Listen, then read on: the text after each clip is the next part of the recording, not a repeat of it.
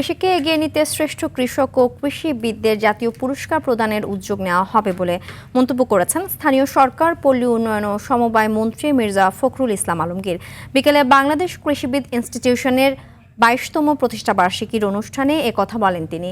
আর জুলাই থেকে 40,20,000 পরিবারের মাঝে ফ্যামিলি কার্ড এবং ব্যাপক আকারে কৃষক কার্ড প্রদান শুরু করার কথা জানান সমাজ কল্যাণ মন্ত্রী ডক্টর AZM জাহিদ হোসেন। এ সময় বিএনপির ভাইস চেয়ারম্যান শামসুজ্জামান দুদু, বিএনপি চেয়ারম্যানের উপদেষ্টা সৈয়দ মোয়াজ্জেম হোসেন আলাল সহ ডিপ্লোমা কৃষিবিদরা উপস্থিত ছিলেন। মিনিস্ট্রিতে যখন এসেছি, যখন আমাকে দায়িত্ব দিয়েছেন বেগম খালেদা জিয়া কৃষি প্রতিমন্ত্রী হয়ে এখানে আসার জন্য, তখন আপনাদের সঙ্গে আমার সরাসরি যোগাযোগ হয়েছে। রাজনৈতিকভাবে পলাশের সঙ্গে তো আগে থেকে যোগাযোগ ছিল।